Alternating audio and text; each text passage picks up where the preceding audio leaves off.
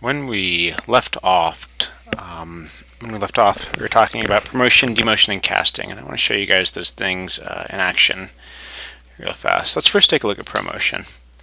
So here's what's going to happen.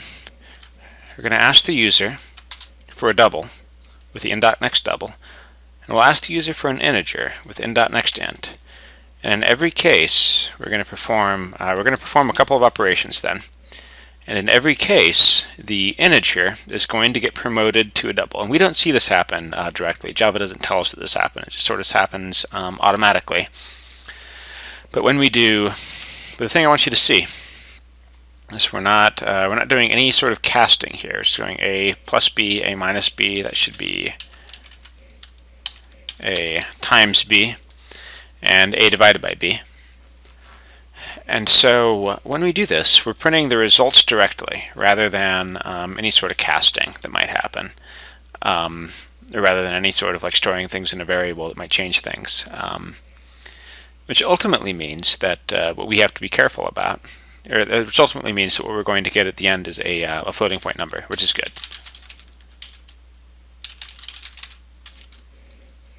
So we'll give it a double, 3.141, and then an integer, so 2.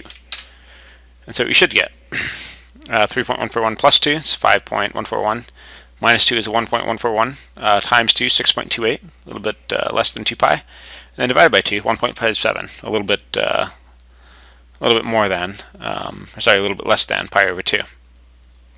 And so in all cases like this, this is getting turned into a double directly, and this might be a thing where you'll just have to take a look at the code itself and really spend time with it. The next thing that I want to show you is the Unary cast. Okay, so what we're going to see here,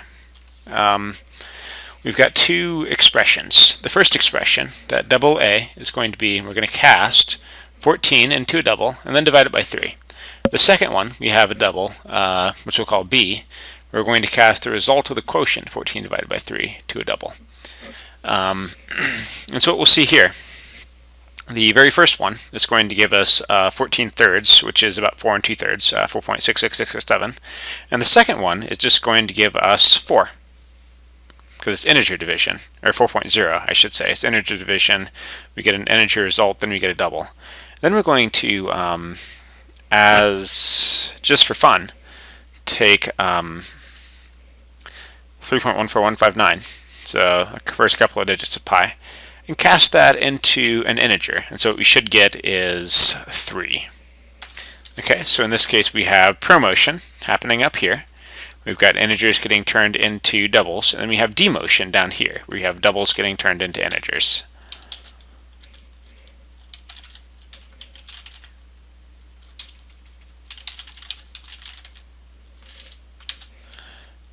Compile it, and then we run it. Okay, and so that double 14 divided by 3, we're just casting the 14 as a double. That gives us a floating point number. The double 14, in this case though, we just get that 4.0. And at that int, that 3.14159, we take all of this, we chop off everything after the decimal point, because we're casting it as an integer, then we just get a 3 at the very end. So it's a quick demonstration of how that casting works with both promotion and demotion. This is a technique that we won't need all that often in this course, but in general, anytime you want to transform between one floating point number and another, or between one numeric type, like a floating point number and an integer, so if you want to go from floating point to integer or integer to floating point, then that's the thing that we have to make sure that we're being really careful about. Now promotion happens automatically anytime you have a numeric type mismatch, but it doesn't, and it also happens anytime we make it happen with casting. Demotion, though, only happens when we do the unary cast.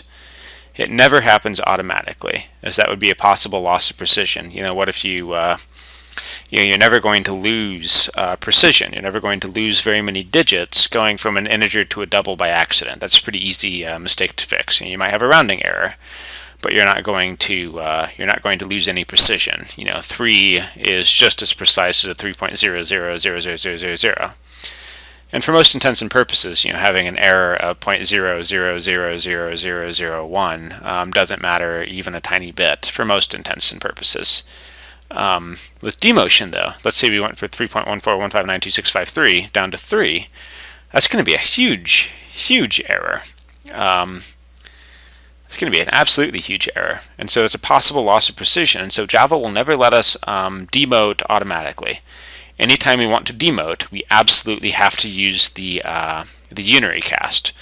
Promotion happens automatically and explicitly, or implicitly, and also happens anytime we do it explicitly with the Unary cast. Demotion only happens when we explicitly command it to be so with the Unary cast. In all cases, though, data elements are only promoted or demoted as they're solved using operator precedence, which is to say that if you have a really complex expression with lots of different data types, then each of those values is going to be promoted or demoted as it is used in the math according to operator precedence, rather than everything getting promoted or demoted right at the start.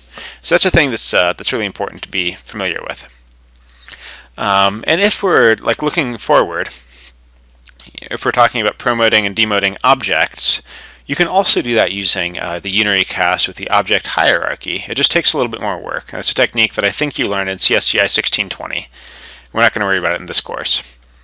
In terms of the wrap-up, though, the biggest things that you need to know are the differences between integers and floating point numbers. That's say integers are generally whole numbers, positive, negative, or 0. Floating point numbers are decimal representations of fractions. You need to know how to convert between the numeric types. So you need to know the type hierarchy and how to convert between the numeric types using the Unary cast, using implicit and explicit promotion, using explicit demotion with the Unary cast, and so on. And then probably just the importance of kindness and compassion both to others and oneself, though that's not a thing that we explicitly teach in this course. Going forward, take some time to play around a little bit with the code samples and play around a little bit with loops. Also take some time to really get comfortable with the floating point math. The exercises at the end of Chapter 3 will be pretty useful to you. And if you feel like, you can start looking at some of the exercises in Chapter 4. The next thing that we're going to talk about are a couple of different loop structures, the for loop and the do-while loop, which have their own purposes. And we'll also, I'll show you some tricks with printf, and I'll show you a little bit more in terms of some other loop techniques you might use, including nested loops. That's all we've got for today. I'll see you in class.